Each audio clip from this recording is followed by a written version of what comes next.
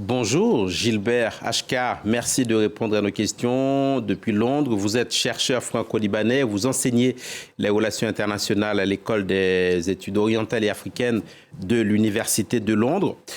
Pour aller droit au but, pourquoi Doha fonctionnerait quand toutes les autres initiatives en vue d'une trêve ont échoué depuis 10 mois? Bonjour. Déjà, je crois que la question se pose. Est-ce que Doha fonctionne réellement? Ces négociations sont en cours depuis maintenant plusieurs semaines et très visiblement, elles n'aboutissent pas à grand-chose, au point que le Hamas est même, pour l'instant en tout cas, retiré des négociations, donc ne participe pas.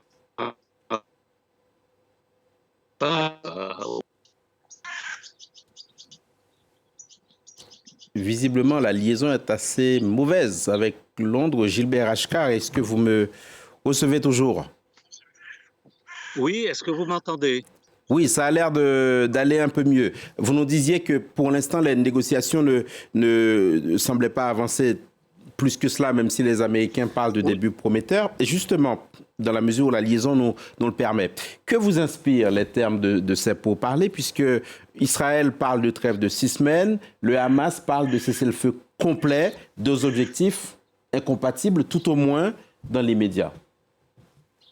Oui, tout à fait. Les objectifs sont incompatibles depuis le début. C'est pourquoi ces négociations se sont enlisées de la façon dont on a vu, quoi. C'est que pour le Hamas, pour la direction locale à Gaza même du Hamas, eh bien, les otages sont la dernière carte qu'ils possèdent et ils n'abattront, si vous voulez, cette carte que en échange d'une fin des hostilités et d'un retrait des troupes israéliennes. Or, du côté israélien, du côté du gouvernement de Netanyahou, il n'en est pas question. Tout ce dont il est question, c'est simplement une trêve, un arrêt temporaire des hostilités, avec un maintien du contrôle par l'armée israélienne du territoire de Gaza, en tout cas de toute la bande frontalière avec l'État d'Israël, mais aussi la bande frontalière avec l'Égypte, ainsi que d'autres dans la bande de Gaza, afin d'en assurer Hmm. un contrôle comparable à celui qui existe en Cisjordanie. En ce qui concerne les négociateurs, on a vu qu'Israël est présent en nombre.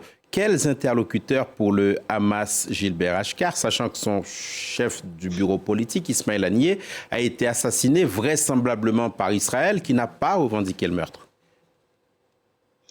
Oui, non, mais enfin, l'affaire est cousue de fil blanc, si vous voulez. Il est clair que le gouvernement de M. Netanyahou n'a aucune intention de mener ces négociations à bon terme, si vous voulez. Eh bien, l'assassinat d'Ismaël Haniyeh, qui était l'interlocuteur principal de l'administration américaine et qui était considéré comme une figure relativement modérée dans la direction du Hamas, eh bien cet assassinat, d'autant plus qu'il s'est déroulé en plein cœur de Téhéran, est une mise à mort directe, si vous voulez, de ce processus de négociation. C'est pour ça, c'est ce que le Hamas a bien compris en décidant de s'en retirer.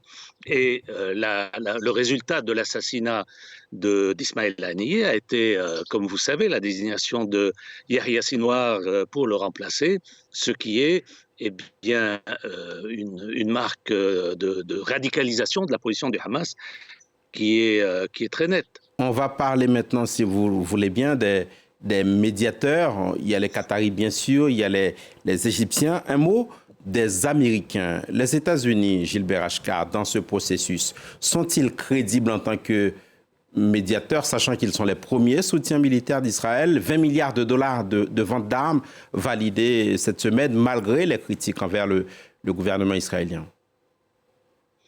Oui, c'est une bonne question parce que, eh bien, les États-Unis sont partie prenante du conflit. Ils ne sont absolument pas dans une véritable position de médiateur, puisqu'ils font, enfin, ils ont soutenu soutenu les opérations du côté israélien depuis octobre dernier.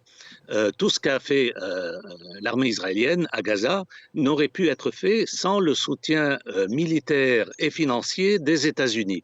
En plus, on peut ajouter à cela la protection accordée par les États-Unis à l'État d'Israël, qu'on a vu à l'œuvre en avril dernier lorsque l'Iran a attaqué le territoire israélien avec des missiles et des drones, et qu'on a vu de nouveau à l'œuvre à présent, eh bien, suite à l'assassinat d'Ismaël Haniyeh, qui pourtant aurait pu être considéré comme eh bien, un coup porté par Israël à la tentative américaine de médiation, bien, le résultat, c'est que l'administration Biden eh bien, a continué à soutenir sans réserve Israël, a immédiatement mobilisé des forces, envoyé des renforts, y compris des renforts aéronavals, dans la région pour protéger l'allié israélien.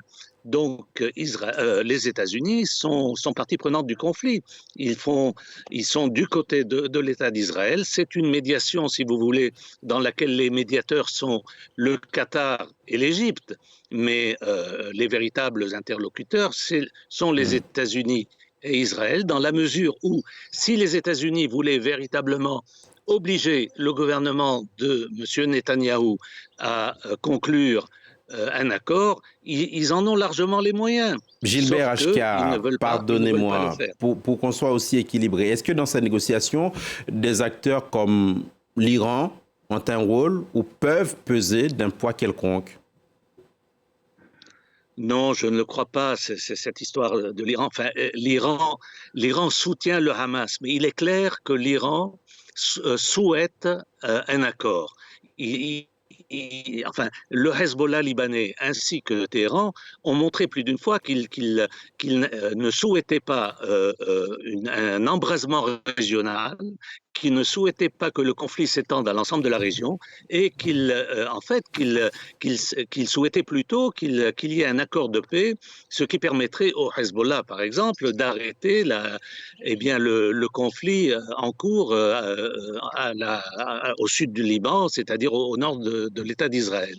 Eh bien, donc je crois que de ce point de vue-là, il n'y a pas à chercher une cause autre que celle de la volonté du gouvernement Netanyahou. C'est le gouvernement israélien qui, très clairement, n'a aucune véritable envie d'aboutir à un accord. Dans cette discussion, Gilbert Achcar, il est question de Gaza, mais un mot peut-être sur la situation en Cisjordanie. Est-ce que ça a une place dans ces débats? On a vu ce qui s'est passé ces dernières heures avec des attaques de villages palestiniens par des colons. Même le président israélien a parlé de pogrom, un mot très fort. Oui, tout à fait. Il y a, enfin, ce qui se passe en Cisjordanie était très inquiétant.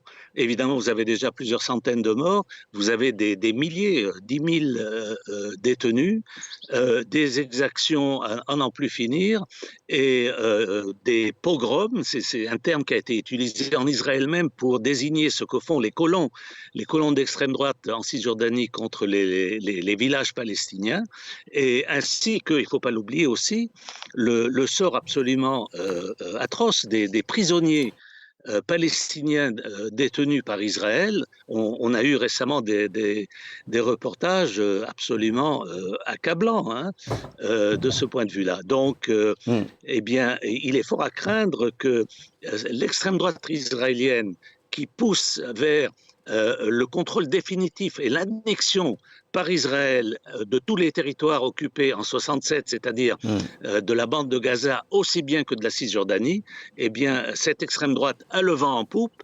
Elle est représentée fortement dans le gouvernement de M. Netanyahou.